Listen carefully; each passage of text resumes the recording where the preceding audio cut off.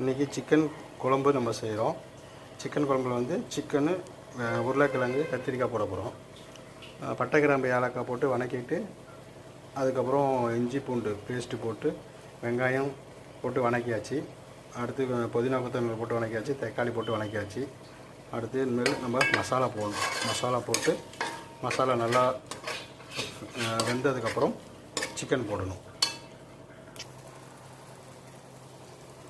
மசாலாத்தூள் இப்போ போட்டாச்சு.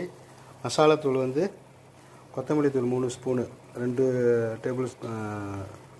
Table spoon, மிளகாத்தூள், மிளகுத்தூள், ஜீரகத்தூள், அப்புறம் மஞ்சள், அவ்வளோதான். இது மசாலா போட்டு இது மசாலா நல்லா வெந்ததுக்கப்புறம் நம்ம சிக்கன் போட்டு சிக்கன் வேக வைக்கணும். மசாலா நல்லா வந்துருச்சு. எப்படி தெரியுதுன்னா எண்ணெய் வந்து பிரிஞ்சு வரணும். எண்ணெய் பிரிஞ்சு வந்துருச்சுனாவே மசாலா நல்லா வெந்துருச்சுன்னு அர்த்தம். அடுத்து நம்ம சிக்கனை போட போகிறோம்.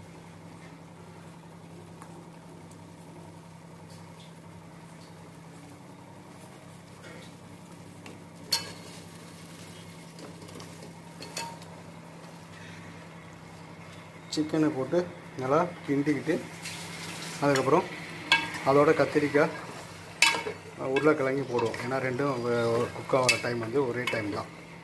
அதனால் அதையும் போட்டோம்னா ரெண்டும் சேர்ந்து உங்களுக்கு வெந்துடும்.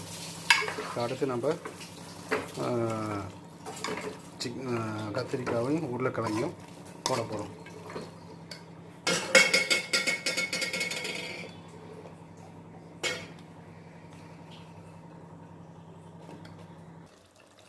கறி போட்டதுக்கப்புறம் மூடி சிம்மில் வச்சிட்டோம்னா பார்த்திங்கன்னா நல்லா வெந்து தண்ணி வந்துடும். ஆனால் நம்ம தண்ணி தேக்க தேவையில்லை. தண்ணி சேர்த்திங்கன்னா டேஸ்ட்டு மாறி போயிடும். அதுலேயே தண்ணி இந்த மாதிரி வந்து குருமா வந்துச்சுன்னா உங்களுக்கு டேஸ்ட் நல்லாயிருக்கும். இதுக்கப்புறம் நம்ம தேங்காய் அரைச்சி இதில் ஊற்றணும். 1/2 மூடி தேங்காய் நம்ம அரைச்சி ஊற்றியாச்சு. இப்போ இதுக்கப்புறமேலுக்கு இது ஒரு 2 கொதி வந்ததுக்கப்புறம் இறக்கி வச்சு சாப்பிட வேண்டியது தான். இது கறி எல்லாமே நல்லா வெந்துக்கிச்சு. குருமா ரெடி.